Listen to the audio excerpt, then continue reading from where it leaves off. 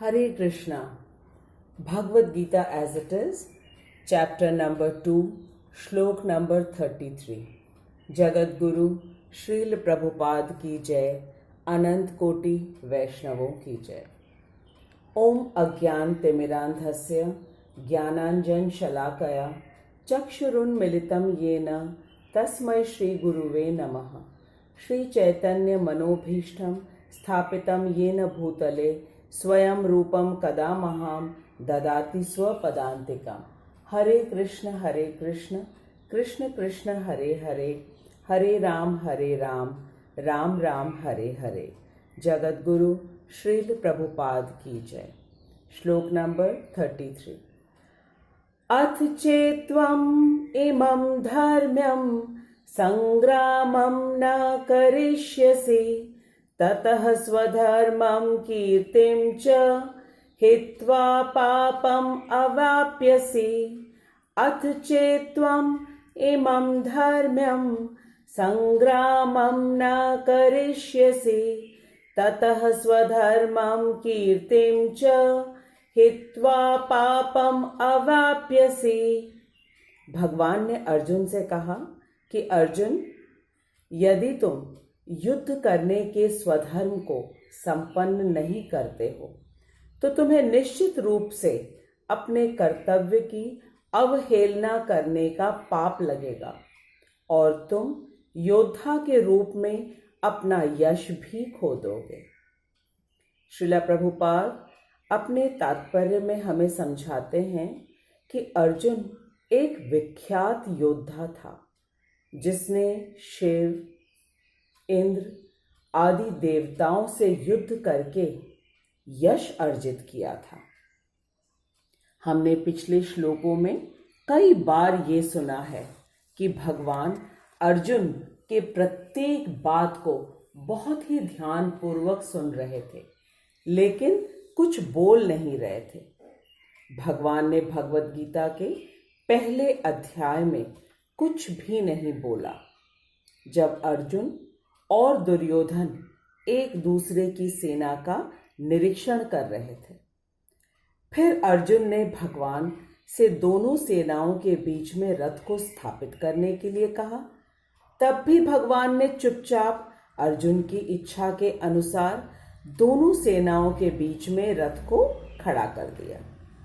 और फिर जब अर्जुन ने अपने दादाजी भीष्म, आचार्य द्रोण, कृपाचार्य और अपने सभी भाई बंधुओं को देखा तो अर्जुन की क्या दशा हुई ये तो हम सभी जानते हैं। तुरंत ही अर्जुन ने युद्ध न करने का फैसला कर लिया और श्री कृष्ण को युद्ध न करने का कारण भी बताने लगे।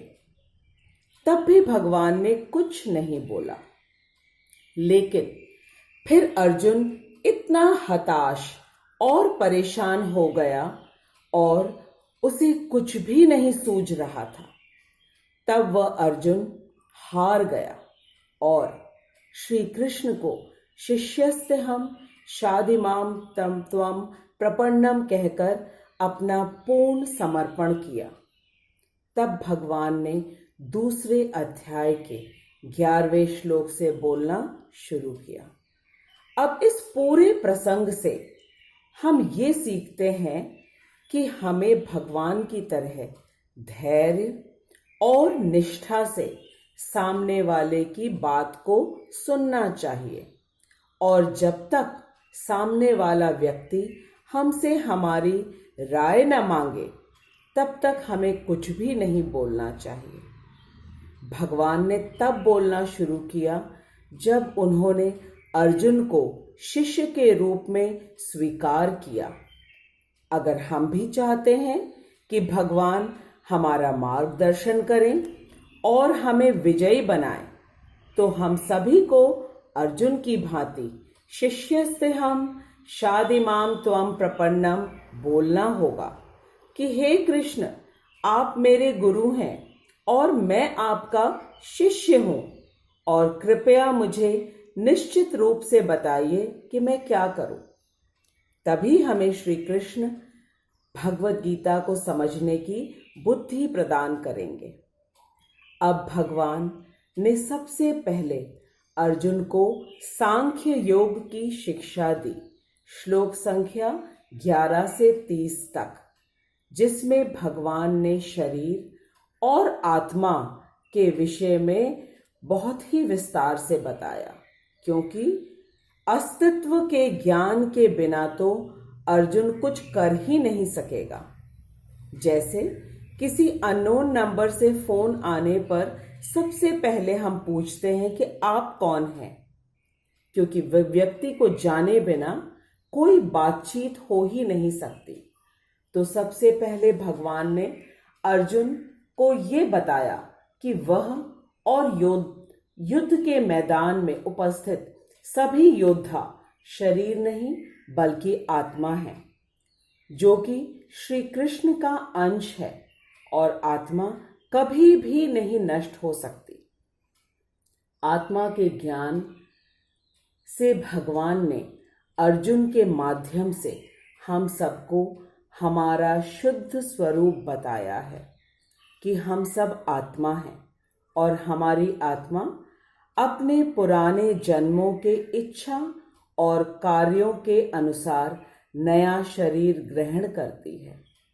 इस ज्ञान से हमें भगवान ने भय मुक्त करने के लिए दिया है और हमारे शरीर का नाश होगा ये भी बताया, लेकिन हमारा नहीं, क्योंकि हम तो आत्मा हैं और हमारे लिए इससे बड़ी क्या बात होगी कि भगवान स्वयं हमें ये बता रहे हैं।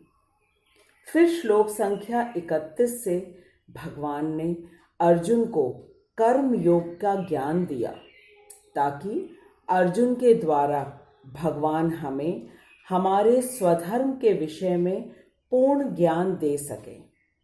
तो भगवान पहले हमें हमारे शाश्वत अस्तित्व जो कि आत्मा है उसका ज्ञान दिया, और उसके बाद हमारे स्वधर्म का ज्ञान दिया। कर्म तो सभी करते हैं, लेकिन वही व्यक्ति विजयी होता है और यश प्राप्त करता है जिसने भगवान के रास्ते पर कर्म किया, अर्थात भगवान के बताए रास्ते पर कर्म किया, अपने मनमानी ढंग से नहीं। तो अब हम सभी ये समझ गए हैं कि भगवान ने अर्जुन को भगवत गीता इसलिए सुनाई ताकि वे उस परम ज्ञान को हम तक पहुंचा सके अर्जुन के माध्यम से। और इतने पर भी हम नहीं समझ पाते यदि श्रील प्रभुपाद रात दिन कठोर तपस्या करके एक एक शब्द का अनुवाद न करते। हम सभी श्रील प्रभुपाद की असीम करुणा को समझ सकते हैं कि उन्होंने ये सब अपने गुरु श्रील भक्ति सिद्धांत सरस्वती ठाकुर के आदेश को मानने के लिए किया। और अब हमारा क्या कर्तव्य है कि हम श्रील प्रभुपाद की Bhagavad Gita as it is को पढ़ें, समझें और अपने जीवन में इसका अनुसरण करके अपने मनुष्य जीवन को सफल बनाएं। From the previous few shloks, we are noticing that Arjun is giving various reasons to Sri Krishna for not fighting, which is his swadharma. And Sri Krishna, as a very patient teacher, because he is the greatest teacher, is trying to help Arjun by giving him the knowledge of the true identity of all the people present in the battlefield. Now, in the previous shlok, we have seen that Sri Krishna is showing Arjun the positive side of doing his swadharma. Sri Krishna says that Arjun, if you win, then you will rule the kingdom of Hastinapur. But if you die while fighting, then the doors of heaven will be wide open for you. So in both the cases, you are gaining and there is no risk of any loss. Now in shlok number 33, Sri Krishna is clearing the fear from Arjun's mind about going to hell. As Arjun had said earlier to Sri Krishna that if he kills the elders of his family, then he will go to hell. So in this shlok, Sri Krishna, who is the ultimate authority, he is saying that Arjun, if you neglect your duty and do not fight this religious war, then you will certainly incur sins and lose your reputation as a brave and respectable fighter and will surely go to hell. Let us try to understand that why Arjun will incur sin. Sin means paap. It is because he is disobeying the orders of Sri Krishna and is not ready to fight the battle, which is not an ordinary war and is decided by Sri Krishna himself to remove all the bad elements from the world. Srila Prabhupada explains that Arjun was a famous fighter and he attained fame by fighting many great demigods like Lord Shiva and Indra. There's a very interesting story. Once Lord Shiva wanted to see Arjun's bravery and courage. So Lord Shiva, as a hunter, came to the forest where Arjun was hunting a wild boar. Lord Shiva said that he had killed the boar and Arjun said that he had killed. Now to settle the dispute, Lord Shiva and Arjun fought with each other and Arjun defeated Lord Shiva. Then Lord Shiva appeared in his real form and being very happy with Arjun's fighting skills, gave him Pashupatastra as a reward. Similarly, Lord Indra also gave him a weapon after being pleased by Arjun's bravery in fighting. Even Dronacharya gave him a benediction and awarded him the special weapon by which he could kill even his teacher. Now all of us have very well understood the standard of Arjun's fighting skills and how famous and respectable was Arjun. But a question might come in our mind that when Arjun was so great, why was he acting like an ignorant and foolish person who was repeatedly refusing to do his swadharma, which is fighting with his enemies? To answer this question, Srila Prabhupada explains that Arjun was a devotee of Sri Krishna and he was acting as a foolish person, which he was actually not. He was acting only to help Sri Krishna to give the knowledge of Bhagavad Gita to all of us. We can well imagine that Bhagavad Gita was spoken by Sri Krishna in the battlefield of Kurukshetra in only 45 minutes. And Arjun listened and understood all the teachings of Bhagavad Gita within these 45 minutes. Had Arjun been really ignorant or foolish, then would it be possible for him to understand all the 700 shloks of Bhagavad Gita? Arjun is actually Gudakesh, which means one who has won over sleep and ignorance. He was only acting as a foolish person to help Sri Krishna. How many of us can say that we have read the complete Bhagavad Gita as it is, or remember at least 50 shloks. Very few among us can claim this. As for myself, I am also no great exception in this matter. I am also a student of Bhagavad Gita as it is, and I am trying to share the knowledge given by Srila Prabhupada. Srila Prabhupada translated Bhagavad Gita as it is and Bhagavatam word by word so that we read, understand, and apply in our life to do our Swadharma as directed by Sri Krishna in Bhagavad Gita as it is.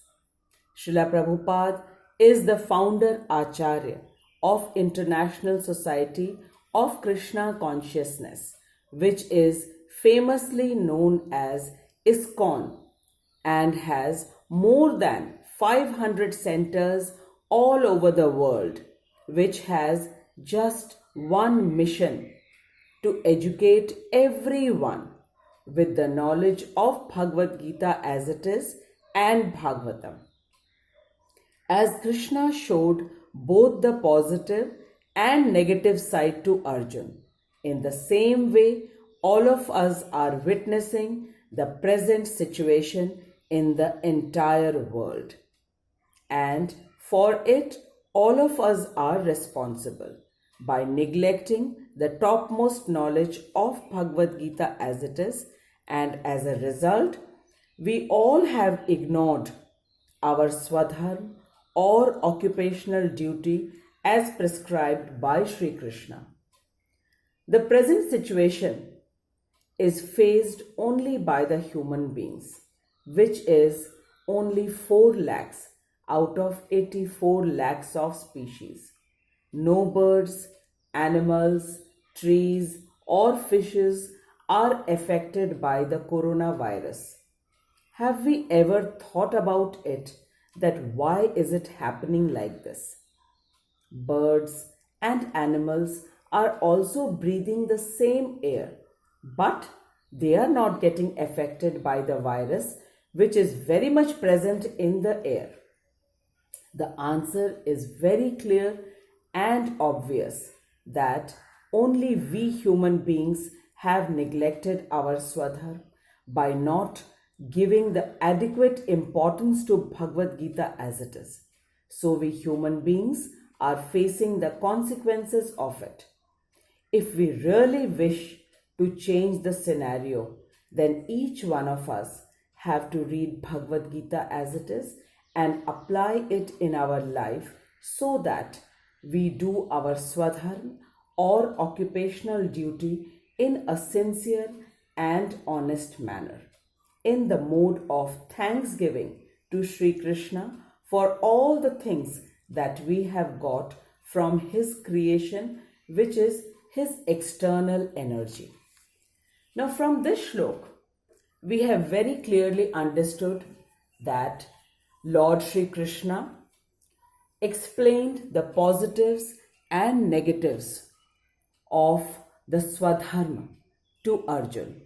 And through Arjun, he is explaining to us that if we do not do our occupational duty, which is our Swadharma, in an appropriate manner, then we face the consequence. This is the importance of Bhagavad Gita in our life. So I request everyone to listen to the shloks and understand, and in whichever capacity the responsibility has been bestowed on us, we should do it with utmost sincerity. Now I end my shlok here with the belief that all of us will certainly do our occupational duty the way Arjun did it, and then we will all become winners and lead a happy life, and the situation of the world will also change. Hare Krishna. I bow down to Srila Prabhupada for giving us such important and difficult education of Bhagavad Gita in a very, very simple manner.